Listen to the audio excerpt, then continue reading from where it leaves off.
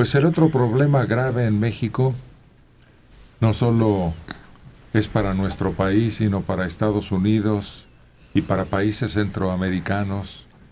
Entre 2013 y marzo de este año fueron repatriados por Estados Unidos 3,000 niñas mexicanas, 60% de las cuales viajaban solas, reporta el Instituto para las Mujeres en la Migración.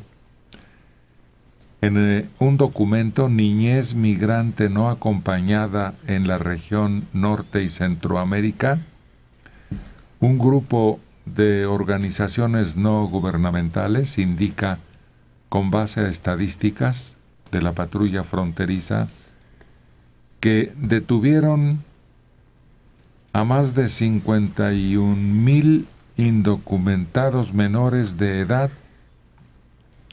incluidos 12,000 mexicanos. Alrededor de 1,200 eran niñas. En Honduras, como país de tránsito, México tiene la responsabilidad de proteger a los menores migrantes que viajan solos. Los niños que han desaparecido en el camino merecen especial atención, dice la primera dama de Honduras, Ana García de Hernández. ¡Ah, qué bonito! Pues desde ahí estamos mal. Mejor que ella vea que no salgan de su país y que les ofrezca mejores condiciones. Exacto. Para que no tengan que irse, porque tienen que abandonar Honduras. Y es que en realidad no ha habido ningún tipo de represalia en contra de los países que la gente se fue. Bueno, pues ya se fueron, aquí la situación está complicada. Pues sí, no podemos hacer nada. Y toda la papa caliente se le ha quedado a México y Estados Unidos, pero para ellos no hay ningún compromiso, ni siquiera se pronuncian al respecto. Vamos a actuar de tal forma o podemos protegerlos así. Una acción concreta no la han tenido hasta el día de hoy y ahora esta mujer sale con esas declaraciones irresponsables. La esposa del presidente hondureño, Juan Orlando Hernández, consideró necesario pedir una estrecha colaboración de México para desarticular las bandas criminales que se dedican al tráfico ilegal de personas, actividad que muchas veces termina en trata de personas. Así andarán por su casa sus hijos en manos de las nanas, sigue responsabilizando a las nanas de todo. Oye, un poquito de sentido común. Pero es en Honduras donde los reclutadores de niños reparten folletos, hacen ofertas en los barrios bajos. Andan diciendo, por tantos te ponemos hacemos 3, 4 intentos de meter a tu hijo a Estados Unidos por distintos puntos, prácticamente dan garantía. Y los hombres que ofrecen esto, los polleros tradicionales, ¿no son también de Honduras y de cada país de origen? Entonces, bueno, porque no los reciben, no se le entrega en el puente, ¿verdad? El pollero hondureño lo entrega al pollero mexicano, no. Lo lleva hasta donde tope. Quienes corrieron la voz de que a Estados Unidos iba a darles trato privilegiado a los niños fueron ellos. Claro. El gobierno mexicano no cumple con el memorándum sobre repatriaciones seguras de menores migrantes, pues realiza las acciones en horarios nocturnos. Ahora sí, la Pastoral de Movilidad Humana de Guatemala también está señalando a México. El acuerdo firmado en 2006 por México, El Salvador, Honduras, Nicaragua y Guatemala establecía que las deportaciones serán durante el día y que si la población vulnerable se encuentra en el norte del país, el traslado será aéreo. ¿Cómo estará la tragedia en ese país que un papá o una mamá le entrega a su niña y $1,000 o 1,500 para que se la lleven? Los ahorros de Kat prácticamente su vida. Una cantidad que consiguió a lo mejor de la peor manera o de la más difícil. Y a su hija o a su hijo, tome, lléveselo con mi dinero. Bueno, es lo que se hace en un país normal. Tú vas haciendo ahorros para que tu hija o tu hijo tengan oportunidad de estar en una escuela, de que tengan protección de salud, de alimentación, de vivienda. Entonces, en estos países ese es el recurso. Por eso. En otros hay un orden establecido. Incluso las universidades en Estados Unidos son de tan alto costo que la familia empeña hasta lo que no para mantener ese estatus. Pero estos países tan fregados como están, pues es la opción que tienen. Por eso hablo de qué desesperación viven los hondureños, que le entregas a tu hija a un desconocido que se la puede comer, Sí. que puede ser un caníbal y que además se lleva tu dinero. Ese es el grado de desesperación que tienen los hondureños, que no creó México, del que no es culpable México. Pero ¿qué no se darán cuenta guatemaltecos, hondureños, de que esos niños pueden ser utilizados como carne de cañón para cualquier actividad irregular? Hasta, imagínate lo peor, refacciones humanas. Tráfico de órganos. Quiere decir que su desesperación es tal porque no lo ignoran, No. que ya están dispuestos a afrontar el riesgo con tal de poner a salvo a sus chamacos. Sí. Todo es mejor que seguir ahí, que quedarse ahí. No se imaginan, claro que se imaginan y lo saben. Lo conocen el problema perfectamente. Y prefieren en un momento arriesgarse, o habrá niños que ni siquiera esa posibilidad tienen de que los padres respondan, simplemente huyen de casa.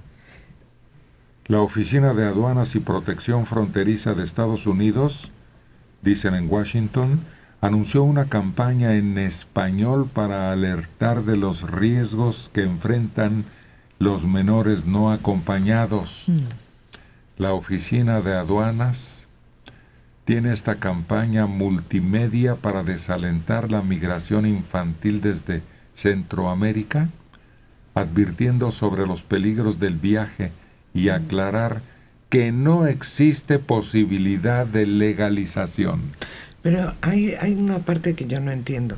Entregan a sus hijos, entregan su dinero, a sabiendas de que pueden correr el riesgo de que sean abusados sexualmente, de que los puedan utilizar para refacciones, de que se muera a mi lado, a que se muera a 10,000 kilómetros de distancia, pues que se muera a mi lado. Yo esa parte no la entiendo. Bueno, es fácil de entender si se da uno cuenta que la mayor parte sí llegan y sí se colocan. Y no además solo es eso. fácil de entender por los riesgos y la inopia en que viven. Que viven en su propio país. No solo eso, llegan y tienen éxito y se vuelven en el contacto para que los demás, más adelante de la familia, emigren. ¿Como Además, cadenita? Como los claro, cubanos. además estamos hablando de familias que tienen 5 hijos. Y aunque suene cruel, perder a uno en el intento no es un costo alto para esas familias, porque en el momento que uno lo logre, el beneficio va a ser para todos los demás. Claro. Es que dicen por ahí que las costumbres se hacen leyes y sí, muchos dan por hecho que se les tiene que ayudar. Hay gente que trabaja cerca de casas de migrantes, dicen ellos ya llegan con la actitud de me tienes que dar, me tienes que ayudar, y por eso es de que varias de esas casas de ayuda ahorita ya están tocando puertas y ventanas de los gobiernos porque dicen es que ya no podemos con ellos, porque llegan enfermos, llegan con situaciones muy graves y ellos no se dan abasto, pero estos se les sientan ahí y para moverlos es una bronca. Entonces, ¿sabes que tienes tanto tiempo para moverte de la casa porque no te podemos tener más? Se les van acumulando. Llega el momento en que se salen y pues ya no saben qué hacer y se van refugiando en uno y otro estado. Aquí nada menos en lechería, por ejemplo, es muy común ver gente que contrata a varios de esos migrantes como lo que sea, lo que caiga, y les dan por un pan, pero ellos ahí se mantienen en lo que pueden dar el brinco a otro sitio. Pero lo ven así, como el que la gente les tiene que ayudar porque es culpa de todos. ¿Tú por qué tienes y yo no? Pues dame de lo que tienes. Y su actitud ya es así, rebelde y obstinada. José Morales Trenado, de Naucalpan, 56 años. Acerca de la migración centroamericana que pasa por México, creo que las autoridades mexicanas tienen la culpa. ¿Cómo se les permite subirse al tren llamado La Bestia?